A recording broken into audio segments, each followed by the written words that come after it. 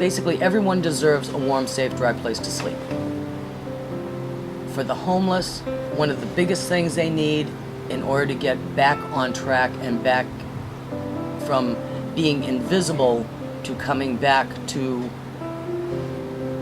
I hate to say, a productive member of society. Creating a life. Yeah.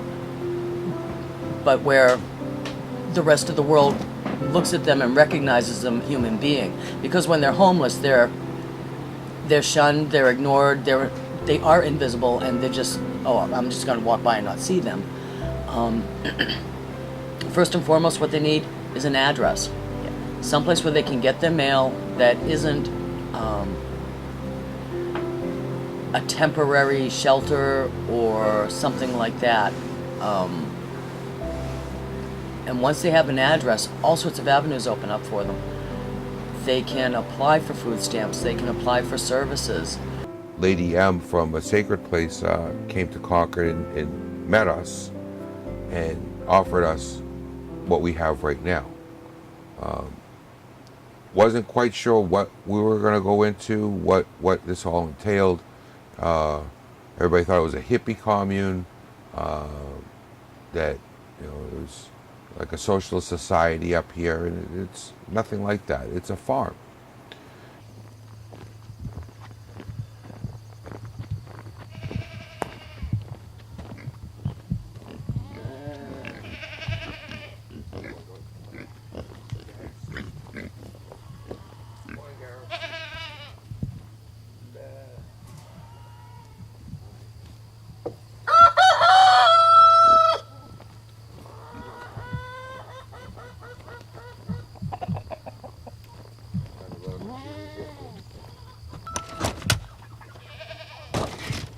Turkey. Come on.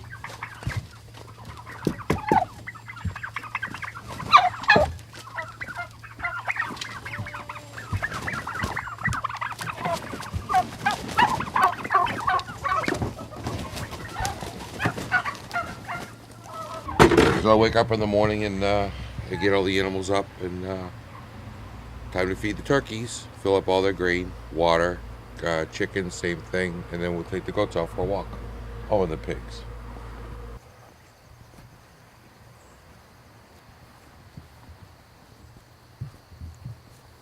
And they free range, they go anywhere they want, but there's certain places they can't go. That tree's one of them. Much! Alright, so that's Fudge. This is Fawn. Fudge's twin sister from last year. Snickers. Oreo, the mother of those two, Fudge and Fawn. And Munch, he's a fleece goat, more of a pet. Snickers, who just gave birth for the first time to caramel and nougat. And Oreo has one and double stuff. Her babies, they're about 10 days apart. This is Oreo's second kidding, and Snickers first. We're using the goats and the animals here on the farm, the goats and the pigs, to what we call mob grazing, where we take the goats, we put them in a small area, graze it, overgraze it for 2 days. And this just got finished up. This looked like that green over here. So all this greenish, all that here in the back looked like what was in the front. And this is just a couple of days of grazing and a couple of days of pigs. And eventually this whole area is going to be taken down by the goats and the pigs, and they get food. And it'll be stumped, leveled, and we'll grow nut trees, field crops, corn, vegetables. And then we'll start another area. Further up is a whole nother area of wide open space that the goats can graze on. We just haven't gotten there yet. This is all new. and we use fencing that we take down, and we can rebuild in a couple hours a pen for them. They need shade, which is the H's. We'll make an H, we'll put a tarp over it, put buckets and water in for them. And their food is growing, and it keeps growing back, which is great. So there's a never-ending supply of food. Problem is up here, winters are so long that we have to hay them. So we can only keep a small herd because it gets very expensive, especially for a nonprofit. We had been working together, doing art and photography, trying to find some social purpose for it, not just out taking pictures of flowers and birds and bees, but we wanted to give a message with our art and photography. So it led to the River Crew Art program.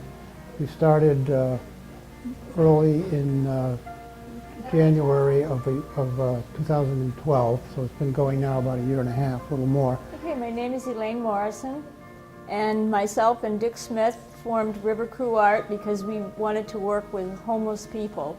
And it began with thinking we wanted to work with homeless veterans, and we came around Laconia looking for homeless veterans, and we actually could not find any. So then we decided to change our focus on homeless people. And we didn't know where they were, so we decided we had to literally go out into the streets to find them. So I took my backpack full of art supplies, and Dick took his camera, and we started searching in different parts of the city, and we did find them. And we asked them if they were homeless, and they said yes. And at first, trust was a huge issue, which you could certainly understand, because being on the streets, a lot of people, I think, have not treated them well. So they weren't sure who we were, and if we had credibility as far as doing art and photography, something that they were totally unfamiliar with. And here are these two strange people approaching them and saying, "We'd like you to come and do art and photography with us." So it took us about 6 months before they truly were vested in our program and trusted Dick and I. And the beginning of it actually was rather interesting, because we were down by the river and they had a mascot called George. And George was a duck who had a broken wing. And George was ostracized from the other ducks and rather symbolized themselves, who were ostracized from society because of their homelessness. So they had adopted George as a mascot. And Dick and I were there with the homeless. Most of them were the crew who had gathered there. And Dick said, "Why don't you draw George the duck?" So I had my sketch pad and I drew George the duck. And all of a sudden there was great excitement around me, because they're like, "Oh my gosh, look, she drew George the duck." And the picture got passed all around, and our credibility was earned that day because I actually was drawing a picture of George the duck. My name's Shirley. I ended up here because I just got out of jail, and my friends all hung out with Dick and Elaine for the River Crew, and they told me to come hang out with them. And first of all, I said I can't do it. Dick and Elaine, but photography I'm good at, but art I'm trying to learn more about. But I love both of it. So you learn more and more in every day. You know how to write and express yourself, and that's the way you work it. It's the way you work life. I love Dick and Elaine for everything they taught me and how it brought me into, and I'll never forget them. They're a family. The mom and dad taught me. My name is Bruce. I'm an RCM River Crew member. I love this place. Keeps me up the street, keeps me out of trouble, and I love each and every one of these people in this place. Oh, I love my writing. I love my writing, because I can get it out, and at least it's in writing and not in real life, but that'd be the end of the world theory. Yeah, just camaraderie of it all. I love my brothers and sisters out here. You know, they're Dick and Elaine like my mother and father. And so when they say something, I listen. I mean, our program is a harm reduction program, which means that they don't have to be abstinent. Most programs for them are abstinence-based, which means that they can't if there's any drinking, they're not in the program. And for this particular group, it's going to be very rare that there's not some kind of substance use. So, but our program does not depend on them being substance-free. It just depends on them being functional. And related to that is that we don't have conditions on them coming. So, in a sense, our program is unconditional acceptance. We're not justifying what they're doing, but we're accepting where they're at.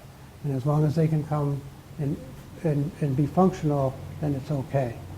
We wouldn't have a program if it was an abstinence-based program. So in order to produce, they need to be at a level where they can do things, and they pretty much do that when they come on Monday morning. So it gives them a positive time, which is our goal, so that they can produce something and feel good about what they do. We have Monday mornings where they come now and meet and have lunch, and they can actually help with the lunch and help clean up. So we try to get them to give back both to the community and also in their coming here. So they help clean up, and rather than just sit there and get a free lunch. It was very difficult at the beginning to have everyone do art because they had not held pens, pencils, or done any creativity for over 20 years. So it was a challenge as to how to have them begin. It was like a joke amongst them at first because they were uncomfortable with the art. And finally, I decided we had planted Mark's garden, and I drew pictures of all of the flowers on cards. And I thought, well, if they could color in the cards, they would have instant reward and gratification, and it would help them have some self-confidence. So we started by coloring all the flowers from Mark's garden and making cards. And that was enough for a beginning, so that then we started painting and creating, and they realized that they could create and do art. The first exhibit, we had a guest book, and there were over 80 entries and very positive feedback about the show, their art and photography. So they could not believe that, and they still denied that they could do anything good in terms of art and photography, but I think that feedback sunk in, and they started to see that maybe we can do something. I love the woods. I love being out here. I used to love the ocean. I still do. But this is home. There is so much need.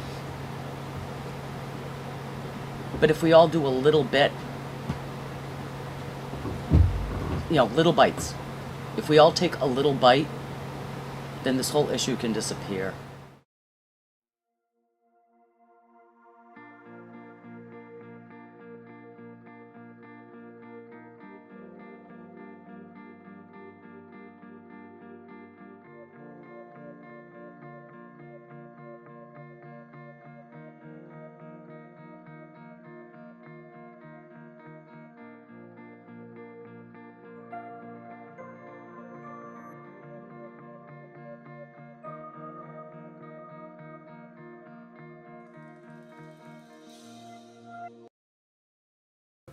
I love my brothers and sisters. Cut me off the camera. This is what it's all about. Friendship and camaraderie is really good. Yes, I'll try. When you're not here. I'll try. That's what I wanted to say. Yes, sir. Thank you.